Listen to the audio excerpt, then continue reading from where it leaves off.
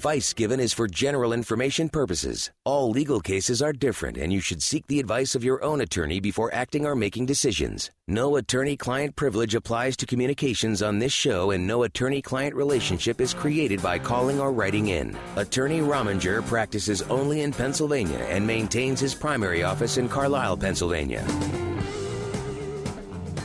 Well, welcome back for Hour 2. Carl Rominger here answering your legal questions. If you're just joining us, I'm a lawyer here in the mid-state, and I'm going to be in jury trial down in Lancaster County allegedly this week and Lebanon County allegedly this week. And I say allegedly because already the schedules are getting moved around and contorted.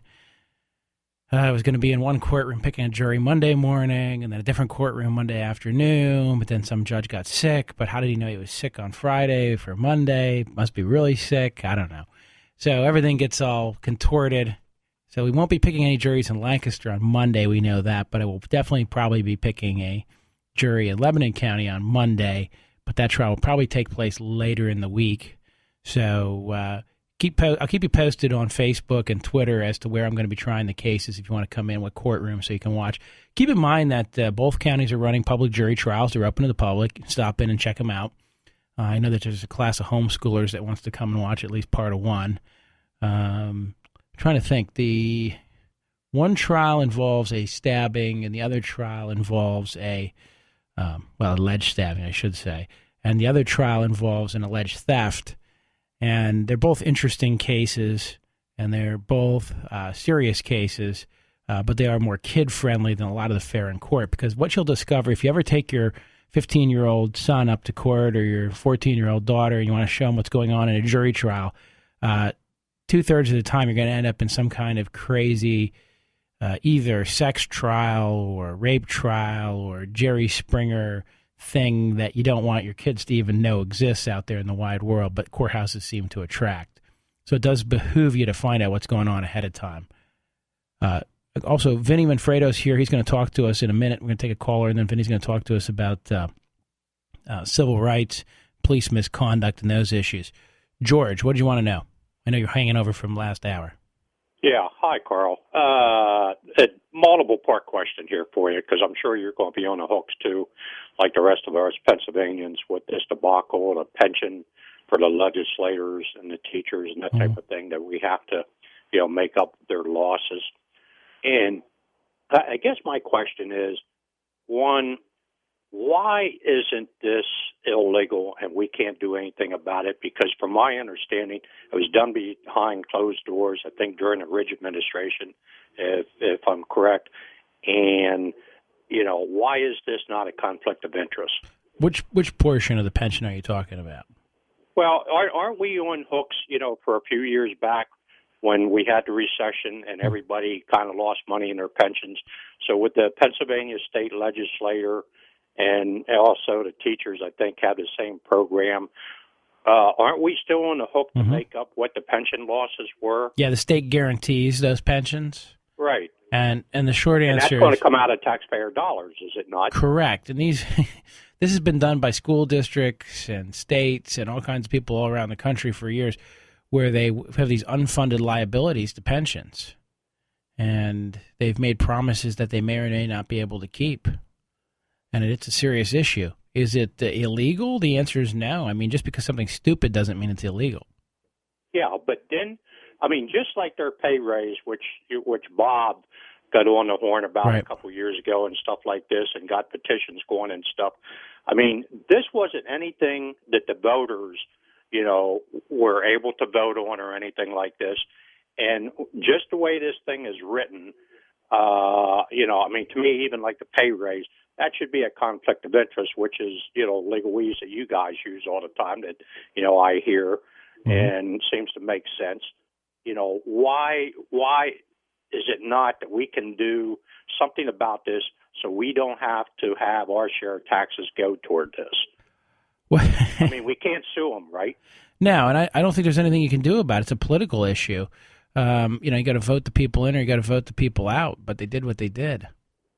Okay. Well, then probably the smart thing to do for all the voters is everybody that has been in, say, session back during this time, is the next time they come up for election is vote them out. That way it's going to reduce the number of years times whatever, factors they use for, gaining that much more money. That part would be legal, would it not? To vote them out? Yeah, absolutely. Yeah. And wouldn't that in turn reduce the amount of money that's going toward them for pension for life or whatever? Well, yeah, if you vote people out, then they lose part of their pension. There's no doubt about it. But trust me, they've well taken care of themselves. In fact, anybody who was part of the legislature at the time that the pay raise was in effect, because they kept it purposefully for at least 3 months, their highest 3 quarters are magically more than they make now. And since they overfund their pensions, they'll retire with better salaries than they have working right now. Yeah, right. And, I mean, this isn't only, prevalent in Pennsylvania. I mean, this is all over the country and stuff like this from some of the issues I've heard from other states. Well, they only recently started requiring school districts and states and all kinds of municipal entities to start actually carrying their unfunded liabilities as liabilities.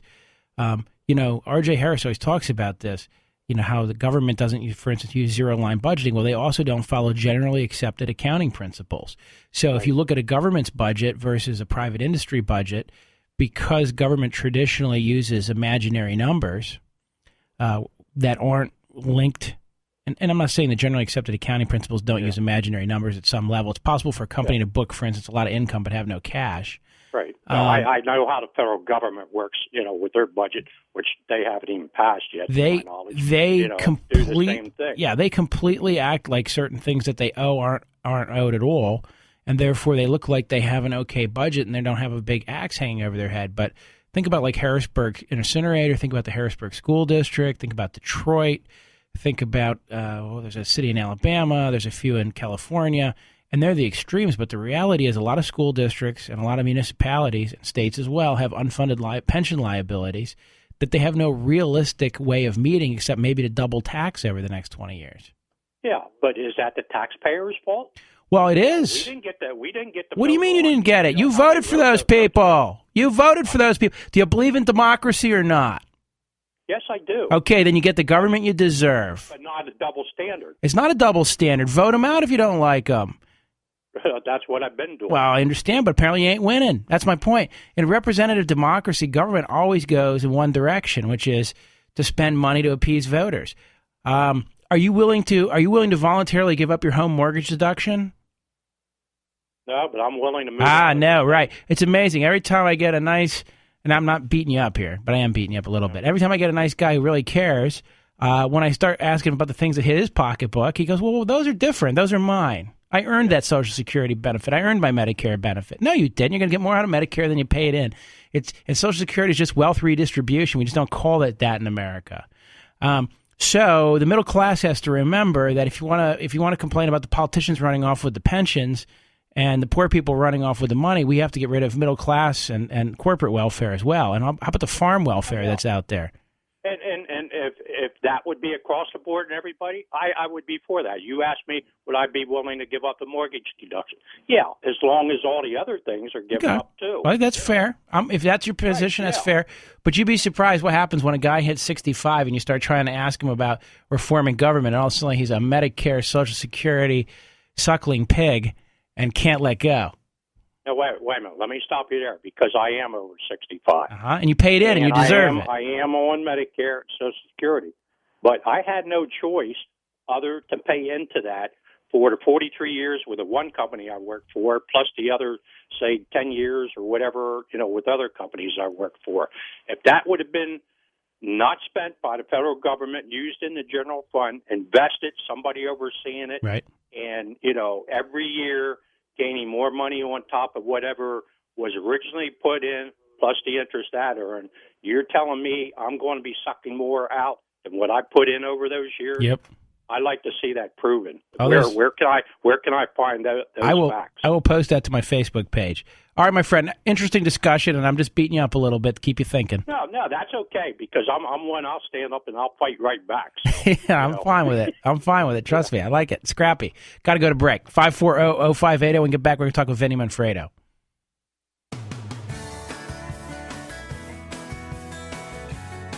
All right, Vinny Manfredo, how are you? Good. How's it going? Not too bad. So we're going to talk about civil, and Andrea and Pat, hold on here. We'll get to you eventually. But Vinny, you're doing a lot of civil rights work and a lot of what we call 1983 actions. You want to describe that generally for the callers? Sure. 1983 of the United States Code allows you to sue, and in most cases it's police officers, for their violating your constitutional rights. And in most cases it's the Fourth Amendment we're dealing with. Go ahead. And, of course, I know we've got a lot of police officers probably out there rolling around their cars listening right now, so I don't want to scare them or anything. But what do you mean by violating somebody's rights? I mean, give me a typical scenario, one that's an obvious one and one that I wouldn't usually think of maybe. Well, the typical scenario is excessive force. So if an officer uses excessive force, police brutality, when they're making an arrest or for whatever reason on you, it could be considered excessive. And usually you're looking at whether or not it's reasonable under the circumstances. And I know over the years you've had a few cases where, I mean, there's actually video showing something where, you're just looking at it, you would question the need for the force. Correct, yeah. I mean, we've had cases where just a gang of police beating up on one woman or just one out-of-control officer, taking it out on one or multiple people. And I know you have one, I think, involving some prison guards? Yeah, the 1983 cases, they cover prisoners' rights, too, sometimes. And we have a case now where a woman was assaulted when she was taken in for booking on a standard DUI. So what would be another one? I mean, how about, people say illegal search and seizure of my house? Did they enter without a warrant? Would that be actionable as well? Or? Yeah, it depends under the circumstances. I mean, did they have exigent circumstances to enter? I mean, there's always – the main ones are excessive force, false arrest, false imprisonment, even just the standard, I mean, if you believe you were searched illegally, that's also a violation of your constitutional rights if you were. And what kind of damages do people collect in these kinds of cases? Well, there's compensatory, so if you were injured and you had to receive surgery or medical treatment, there's that. So then there's punitive damage. Mm-hmm. So if it's egregious and something that they should be punished for to prevent future people from doing this, future officers, and a jury could award punitive damages. And are those mainly tried in federal or state court? These are all federal cases normally. Now, I'm going to invite some callers, 540-0580. If you want to talk to Vinny about civil rights matters, we'll get you on the air here if you think you know of a case of police brutality or where somebody's rights were violated. He'll give it a run by, and he can help you determine that, 540-0580. Andrea, you have a question about criminal histories? Yes, I do. My grandson cannot get a job. He has a criminal history. He has this background report. Okay. And there are several things on here that say non-conviction withdrawn, non-conviction withdrawn. There are 1, 2, 3, 4, 5, 6 of those. And it comes up on his criminal history and background report. Is there... And there's also a DUI is listed twice, one line right after the other. Now, the question about the withdrawn stuff, sometimes if a person's convicted of one charge and they withdraw several others, then it can be complicated because that's kind of like a partial expungement, and that's not always possible. But if all the charges were withdrawn from an incident or he's found not guilty in a particular incident, then that can easily be expunged. So we'd have to look at the full criminal history and work around to look at what we need to do. But a partial expungement is still possible. It's just less compelling. That makes sense. Well, it does make sense. But the thing is, I mean, he's trying desperately to get a job, and he can't. I mean, as soon as they look at this. What kind of charges are we talking about here that were dropped? What kind of charges? Let me see. Simple assault. Mm-hmm. No. Harassment, course of conduct with no legitimate purpose. What was he found guilty of? I think it was a DUI. So all he has is one DUI? He had one DUI. But the other stuff was all dismissed or not guilty? Yes. Well, then that should be easy to remove. He should get an expungement done by a lawyer. Myself could do it. Well, the DUI, it's showing up twice here, one right after the other. That was in April 2011. Right, but let's talk about the other past material. If he was completely acquitted out of an episode or all the charges are dropped out of an episode, then he should be able to get an expungement easily. Well, he wasn't dismissed or withdrawn on a criminal trespass. Which is a felony. It is a felony. Probably. Well, is it charged as a felony? Criminal trespass is generally a felony unless it's a simple trespass. And that's probably his problem. The employer probably could care less about the simple assault, and they're looking at the felony. It doesn't say felony on here. I don't know. We'll have to look at it. Oh, yes, it does. Yes, it does. Oh, there you go. Somehow I knew the grading of that. It might be from doing criminal law for 15 years. Yeah, yeah. So, I mean, there's no way of you can't expunge a conviction now, and if he's got a felony on there, that's going to cause him a lot of problems. And the only thing I can tell guys, you can't turn back the clock, but anybody who's listening now, if you're facing charges or you do face charges, you can't just plead guilty. You really need to sit down with a lawyer who knows what they're doing and not just, throw in the towel, because these lifetime collateral consequences are horrible. They are horrible. And I mean, let's face it, kids are young, kids are stupid. But our society is so harsh, it forgets. We all know it individually, but for some reason, as a group, we like to give everybody black marks they can carry for life and somehow assume that it has some value.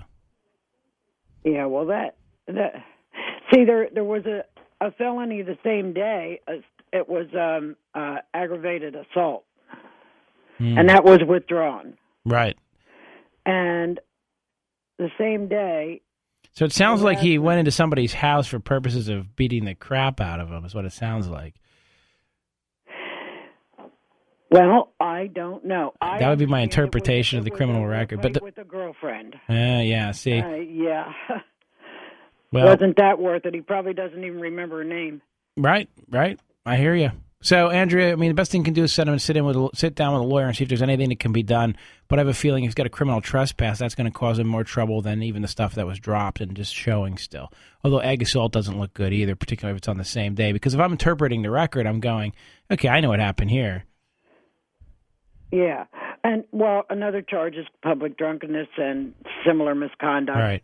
So it was an argument with a girlfriend or, right. She said, get out. He said, no, I'm coming in. Well, and he can't do that. And now he's got a record. I know that, but you try to tell that to an idiot. All right. Good luck. 540-0580. We've got Vinny Manfredo here. We're talking about 1983 actions. We'll keep taking your questions as well. Al, you're on the air. Hi, Carl. Yep. I'm calling because I have a question. It's a custody issue question, and I've been trying to get a hold of you because there's not many people that will give free legal advice. So thank just you on very Saturdays much. Between 1 and 3. Yeah. I have to ask you, my wife does not have custody of her eldest daughter, and it's been several years now. My mother-in-law actually has custody of my wife's daughter. It's not my daughter. It's my stepdaughter. And I'm just wondering, is there a statute of limitations on how long my mother-in-law can keep my wife's daughter from her? And what do you mean by this? Why is she keeping him? Well, originally my wife lost custody because she was with a guy who was abusive, and there was possible child abuse charges that were put on him. But that was like 8 years ago, Mm-hmm. and the guy's been out of her life. So she hasn't gone back to custody court? Well, we did try to get a lawyer, but the lawyer actually sided with our in-laws because of the fact that they said that my stepdaughter was, in school and, they lived closer to the school. But we live in the same school district.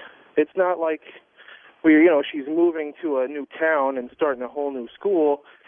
And I'm just not really sure what I can do, being that I'm not really, part of that situation where I have any say and say, oh, well, listen, hey, it's been all these years since, this situation happened with my wife and losing custody.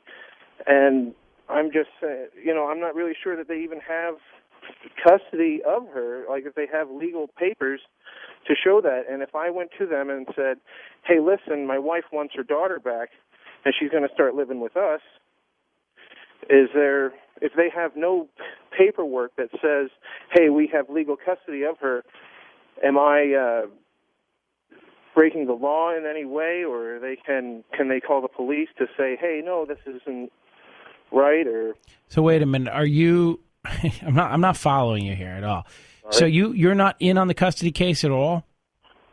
I have no no part of the order. You weren't part of the action or anything. No, not myself. My wife and her mother-in-law, but my wife would never have the courage to call you guys. But are they your children? No, it is not my daughter. Well, you can't do anything.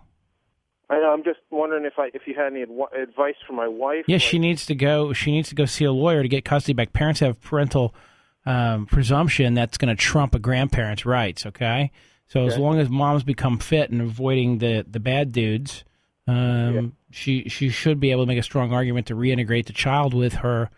But they're not going to just flip a light switch on that one. It may take a little bit of time. Okay, right. She needs to see a lawyer. 540-0580. Ann, you're on the air. Oh, are you speaking to Ann? I am. Oh, okay. Thank you for taking my call. I think it's a great thing that you have a service like this on the radio. We try. Well, you're doing a great job, and I wanted to find out this, on what grounds would you have to file for pain and suffering if someone has an accident in a restaurant? Well, if you have an accident in a restaurant and you get hurt, if the owner of the restaurant or one of the employees was negligent, you may sue the restaurant and the employee for negligence. No, they weren't negligent. So you just had your own... my friend fell down some of the steps in the restaurant. Well, if your friend fell down and they just hurt themselves and there's nobody to go after, you'd have to blame the bad lighting, bad stairs. You have to come up with a reason why the restaurant was negligent. Because if they're not, then we're just all responsible for our own injuries. Oh, then people are responsible for their own injuries. You're saying that are in the restaurant. Is that what you're saying? In other words, if I just fall down a set of stairs for no other reason than I fall down a set of stairs, you know, the restaurant didn't make the stairs too narrow, there wasn't grease on them, the lighting was good, blah, blah, blah, blah, blah, then it's called stuff happens. Oh, okay. But this person did have surgery from the fall. Well, it doesn't matter how hurt you were. It just matters whether there was any negligence on the part of the restaurant. Now, it doesn't hurt to contact the restaurant and find out if they have what's called MedPay insurance, which is if you get hurt on the premise, no matter whose fault it is, some places will carry like a $5,000 MedPay. It's called what? MedPay. M-E-D, like medical pay. P-A-Y. Oh, Med, M-E-D. MedPay, like medical pay. Oh, they just call it MedPay insurance, and it's like it's usually a small policy, and the idea is it just covers any claimed injury that occurs on premise. Some restaurants have it, some retailers have it, most don't. And then what do you have to do to qualify to get that? You just have to get hurt on the premises. But only if they carry it. Pardon me? Only if they carry it. Yes, right. So you have to ask if they carry med insurance, right? MedPay. MedPay. MedPay. All right, got to go to break. 540-0580, MedPay.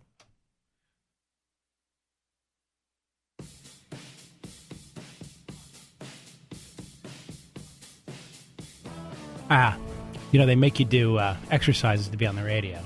Do voice exercises. You know about that, Vinny? No, what kind? Like it and bit and little dit, ish, billy, don't, boboskity, and dot, why not, and shoot. And you got to say that like 5 times fast.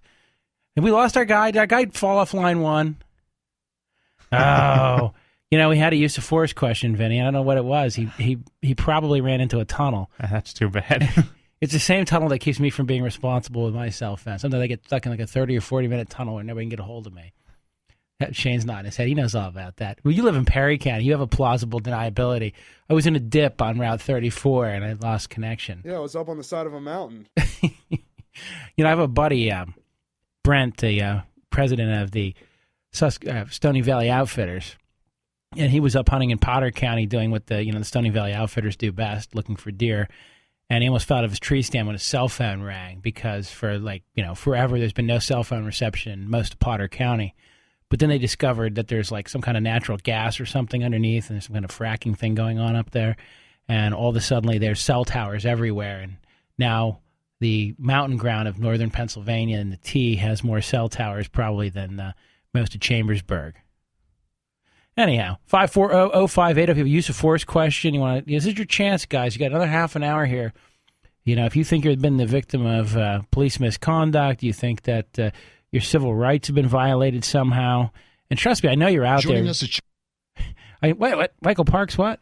I know you're out there because you guys call the office all day long when you're cockamamie how your rights were violated because somebody didn't, say thank you or please or something. So I know there's at least a few of you out there, but seriously, there are some more serious claims that we hear about, and we try to weed those out and help people. 540-0580. Pat, you're on the air. Yeah, hi, Carl. Thank you so much. Well, I guess I can't talk about the gag order they talk about for our township meetings where they say, you can only talk for 3 minutes. Wait a minute. You live in, Dickinson Township? Yeah. How did I know? So, anyway, I have a question about Carfax. My father-in-law had an accident, right, and he's not computer literate, so he asked me to please take care of this thing where he wanted the police report. And to my surprise, because I've not been involved in anything like that in a while, they have it online, and it costs $20. Right. So my question is, if you go physically to the police station and say, please give me the police report, and they say, no, it's only available here, is that legal? Can they actually force you to pay $20? And do you know where that $20 goes? And shouldn't you be able to go to your local, just like the fire company puts out a fire report? Right. Why shouldn't the local police put out a police report if you physically walk up to the office and ask for it? I don't know the answer. I mean, I know that the state police charges, what, $8, Vinny? Yeah, I think it's like 8 or 14. I don't know. It may be going up to 14 now to get a police report, and you send it in. Okay. So there is a charge associated. That's what I'm calling about because I have no idea. I've never had an accident recently, knock on wood. Right. But hopefully that it sounds like a legitimate way of doing it. I mean, very, very slick. It was a 10-page report, very well done. And this Carfax thing, it was automatic. It was easy to do. Don't know, but that's interesting. New thing. Thank you. All right, thank you. I don't know what the question was. I have no idea what we were talking about. Somebody on the air here wants to find out about finding a lawyer, but there's no name showing. So who wants to talk about finding a lawyer? Tell me your name. John. Yeah, if I want to find a lawyer that can file a suit in federal court, yes, as opposed to only Pennsylvania or... Which federal court? I'm not sure. It's a religious freedom case. Well, here's the deal, John. Finding a lawyer that can do federal work, the answer is I'm admitted in the Middle District. Vinny's admitted in the Middle District. I'm admitted to the United States Supreme Court, so if you really need, you got something big going on down there. And the Third Circuit, I haven't bothered to get admitted to yet, but I will someday. So you can file directly to the Supreme Court? I thought you had to file to... Oh, no, I got to get there on a case, so I've got to work my way through. I got one in front of the Pennsylvania Supreme Court right now. I'm waiting for him to make a decision so that I can, when I win it, just chalk it up. But when I lose it, file with the U.S. Supreme Court. So I'm ready. So you've never... and how do you determine whether a case can go to the Supreme Court or to, some middle district court or... Well, review? Original jurisdiction goes to the trial courts, okay? So the common pleas court in Pennsylvania, the trial court is the Middle District of Pennsylvania for the federal system. And then the intermediate appellate courts in Pennsylvania are the Superior and the Commonwealth Court. In the federal system, it's the Third Circuit, which covers multiple states because we have circuit courts here in the United States. And then appeals from the circuit courts and appeals from the go to the Supreme Court of the United States, and appeals from the intermediate appellate courts here in Pennsylvania go to the Supreme Court of Pennsylvania. Now, there's little exceptions in there because there are ways to get original jurisdiction in the Supreme Court. It's very rare. So, for instance, I believe land accretion issues between states, if Mississippi sues Arkansas or something over, who owns some piece of land, I believe original jurisdiction goes to the Supreme Court. But other than that, most things have original jurisdiction in the trial courts at the low level. Well, suppose this involves a federal law. Right. So, federal law can be filed in state court. State courts can enforce federal laws. But usually one of the parties will ask to remove it to a federal court because the federal court has jurisdiction over federal claims, or there's diversity jurisdiction, which is you're suing somebody from another state. So the federal courts have a lot of hooks to take cases if they really essentially are federal questions. So if you're, this is actually an Obamacare question, and it's really people have sued prior to this, mm-hmm. and my question is, Obamacare gives essentially an exemption for being Amish. Yeah. And the First Amendment says the government cannot establish a religion. Right. And essentially they're doing that by saying, if you're Amish, this doesn't apply to you. So do you want to force the Amish into it, or you want to use it to force yourself out of it? I'm saying I'm declaring myself Amish, and you tell me I can't decide. So what you need to do is file a declaratory judgment, have yourself declared Amish. I'm saying I'm declaring myself Amish, and the government has no right to tell me I'm not Amish. I like that. And they can't tell me how to practice my religion. I like that. So the federal court has determined that if you're Amish, you're not able to. You don't have to abide by. Are you going to start referring to me as the English now? Pardon? Are you going to start referring to me as the English now? The English. Oh, see, he's not really Amish. I got him. I knew it. What? Yeah, you've got to study this Amish thing a little better. You'll get better at it. Okay. They call us people, us just because you don't talk like an Amish doesn't mean you can't be Amish. Well, it's going to help your case if you smooth it out a little. Just trust me. But I'm just saying, does the government have the right? I agree with you. I agree with you. But John Roberts, chosen son of the Republican Party, says yes, they do. But they've never done it strictly on the basis of the First Amendment. I understand what you're saying, and it's very interesting, right? Because remember, Obamacare has a million exceptions. If you're McDonald's, you got an exception, right? If you're Walmart, you got an exception. If you're one of Warren Buffett's companies, well, how much sucking up has he done? Right, anyhow, but if everybody declares they're Amish, and does the government have to prove you're Amish, and the government has no right to tell you how to practice your religion. I think this is a job for Carl Silverman. We need to get him on the air because he can straighten this out for us. All right, my friend, well, I understand. Got to go to break. If I start collecting money to bring this to the Supreme Court, we get it directly there. Hey, I don't think you can get it directly there. You're going to have to go through the trial court first. Unfortunately, you're going to have to get your challenge ripe. But I think the Supreme Court said you don't have to wait, so you could file now and challenge Obamacare and the theory that you're Amish. Right. And not only that, in order to say that you're not Amish, the government somehow is going to have to maintain what religion you are as part of your tax records. Bring a hat with you to court. Just remember that. And if you're married, don't shave. All right? Well, that's right. I don't like to shave. So, all right, my friend, I got to go to break. 540-0580.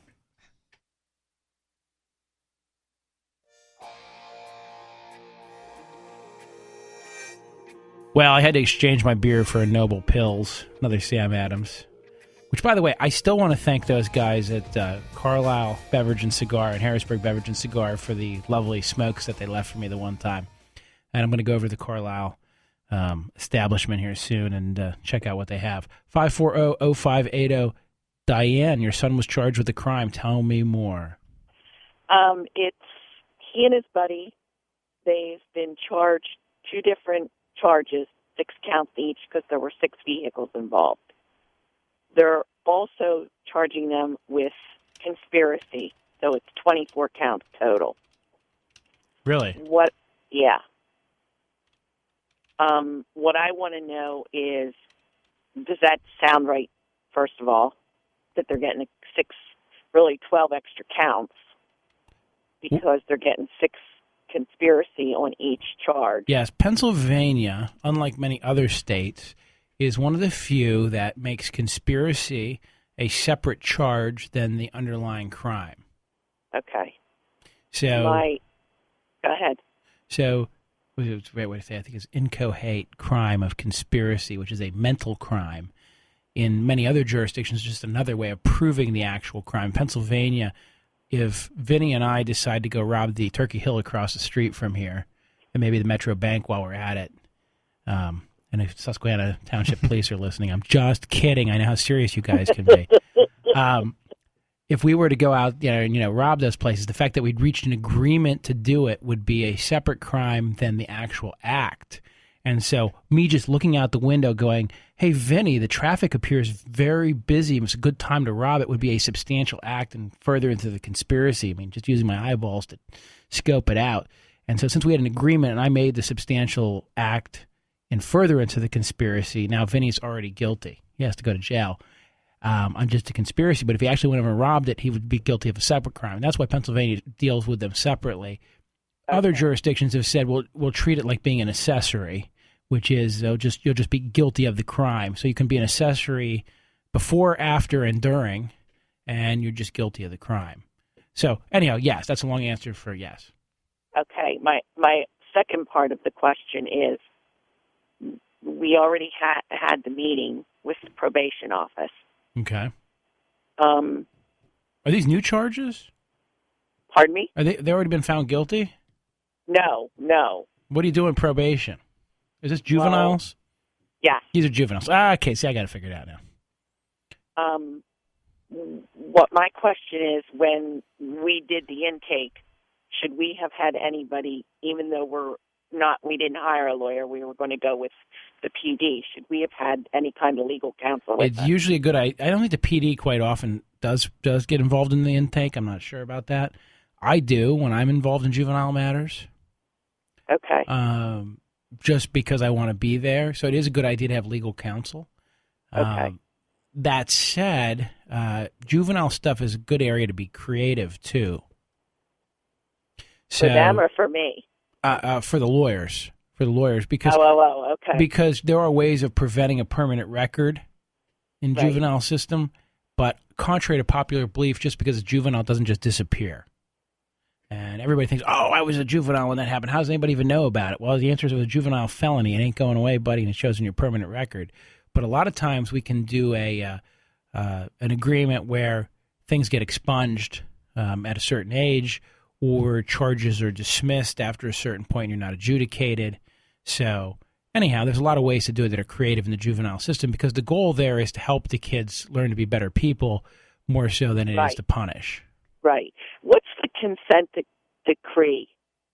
The consent decree is basically saying I'm going to allow my kid to be entered into juvenile services and be taken care of by a probation officer and things like that.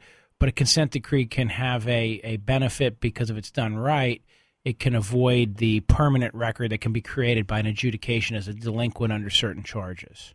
Okay. All right. I probably have a million more questions about it because I'm new and hopefully the last time to have to go through this. Right. Well, but, I don't want to take up your time. Yeah, no, that's either. good.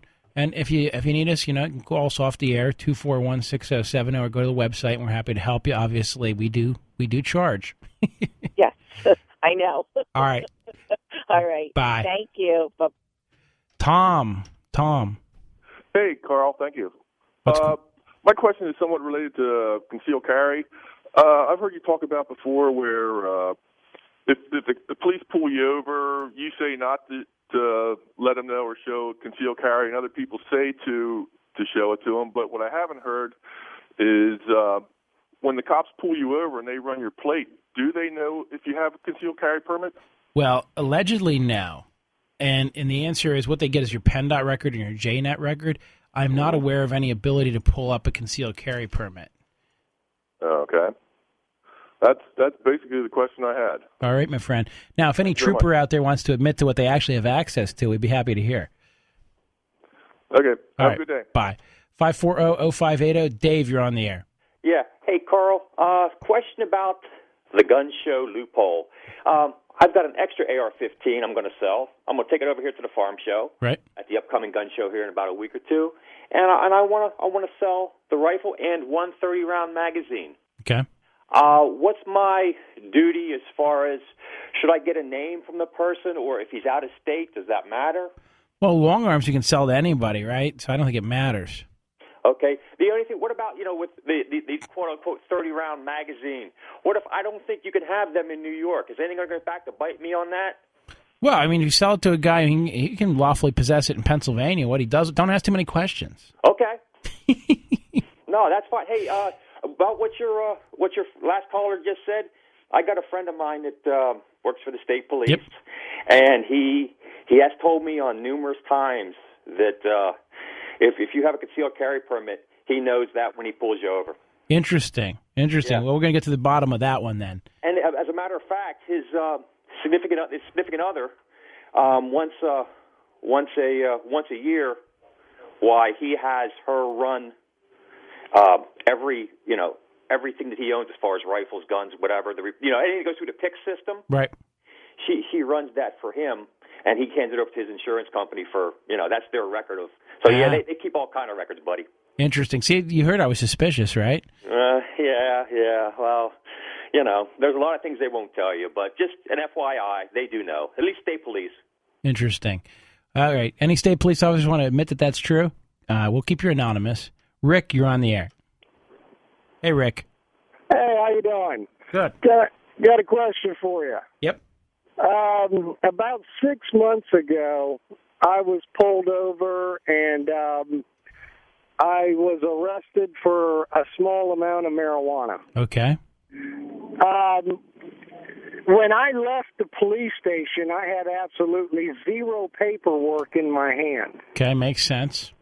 They said I'd be getting everything in the mail, but that's in about 2 weeks. It'd be coming up on 7 months, and I haven't heard a thing.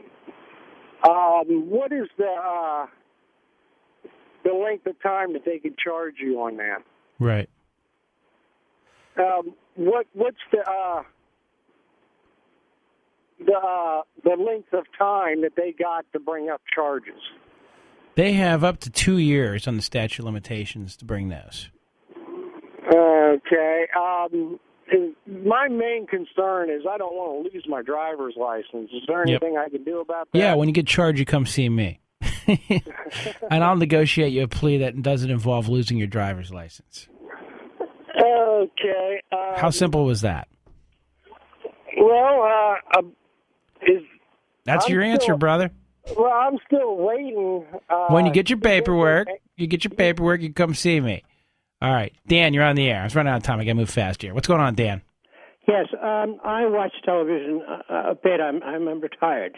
And there are scores and scores of television programs, always involving cops and robbers, CSI, and you name it. And the accused, the person arrested, is always, this is probably 10 times a week you can find this. They're in a little room. There's a microphone in front of them. There's a cop or two cops, and they're yelling at him, and you did this, you did that, admit it. And there's no lawyer in the house. There's no indication on these shows that the guy had the opportunity, or the woman had an opportunity to call a lawyer or call ACLU. What I'm saying is... Very realistic, very frequent, because people for some reason don't believe that they have the right to remain silent and or that they have the right to have a lawyer.